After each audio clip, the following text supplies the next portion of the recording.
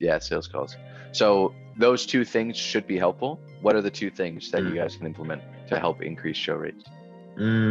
I think now what could be. I think the one thing that we've mentioned out that is definitely a determining factor is at the end of the call, at the back end, framing it differently. That is definitely, I feel like, could increase show rate, and obviously, people dropping their guard when they're going to the closing call because they're just expecting, just a nice conversation like we had in the 15 minutes. Precisely. Exactly. It's exactly what you want to kind of get across to them. Is like, hey, like we just didn't have enough time to dive into it. Like I wish we could have, but this is more just to see like if we can actually help in the first place.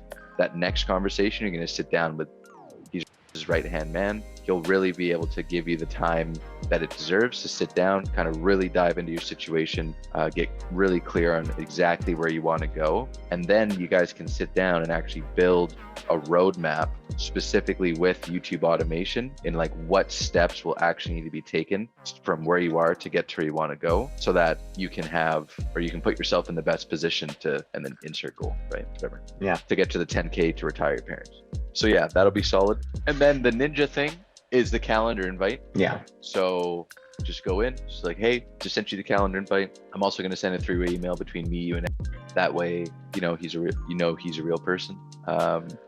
Now, Can you just do me a quick favor, just before we jump off? If you could go into your inbox right now and pull up the calendar invite and accept that for me.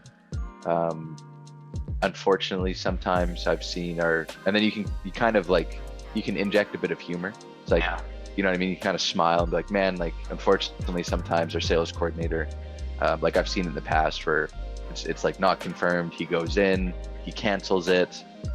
The person's like, what happened? And our guy's like, what happened? And it was a whole thing. It was a whole thing. I just want to make sure that doesn't happen to you. I want to make sure that you're actually taken care of, because I feel like there's something that is that's truly important to you, and I want to make sure you kind of have the time that you need with it.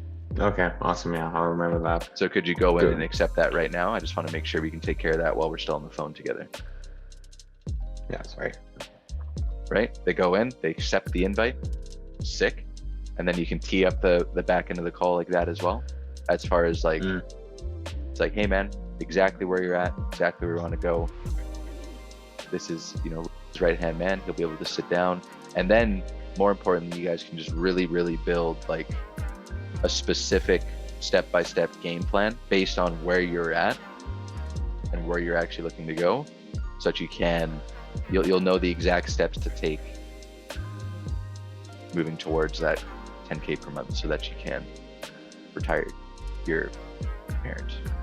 That's another big thing too when you're teeing up the other call, is always keep in our minds, like and this is just in sales, but especially when there's like steps or like commitment that we're asking, is like, so that you can what? Right? Like have another call. Like why? Why is that important to me as a prospect? I don't give a about having another call. What do I care about? I care about getting a step-by-step roadmap with a professional so that I can put myself in the best position to get to 10K to retire my kids though, or retire my parents. I care about that. Perfect. I don't give a about your senior advisor. I don't care that he's his right-hand man. That means nothing to me. I don't know who you guys are. I don't give a right? It's like, I don't care at all. I don't care. So everything that we ask them to do needs to be in their best interest. Same thing, like with the calendar invite stuff. It's like, I don't give a what your sales coordinator does, but I do care if he goes in and deletes my calendar invite. It's like, hey, can you go in and accept that call? Can you go in and accept that calendar invite for us? And that's all you say. Like, why? Why should I care? Why would I do that? Yeah. Why the should I care about your calendar invite? Now, people don't just actually think like that, but that's how I have them think in my head. I just assume worst case scenario where I need to logically and emotionally justify steps that need to be taken. Yeah. I just think if we think a little bit more like the client on how it lands by them and how they receive it, that could also make it a little bit easier in understanding and trying to, say things that could, if we were in that position, if they said something like that, you're like, okay, yeah, but I need to take action now. Biggest cheat code is like talking to people as if you were on the other side of the phone. Yeah. So like ask yourself, like, is what you're doing in your process, is how you're setting up the next call, are the questions you're asking? If you were doing that to a prospect version of yourself, would that prospect version of yourself be turned off from it, not like it, be like, ew, that was gross, why do you talk like that? You know, just ask yourself those questions. And I feel it might be different though, because we're a different type of person, obviously, in regards to what we obviously not black and white. It's just a good indication, right, of like, there's obviously gray area and nuance, but within reason, it should be like how you guys were doing it. I'm sure either of you, regardless of your personalities, don't want someone coming up on a 10-minute call and saying, do you have $7,000? Yeah.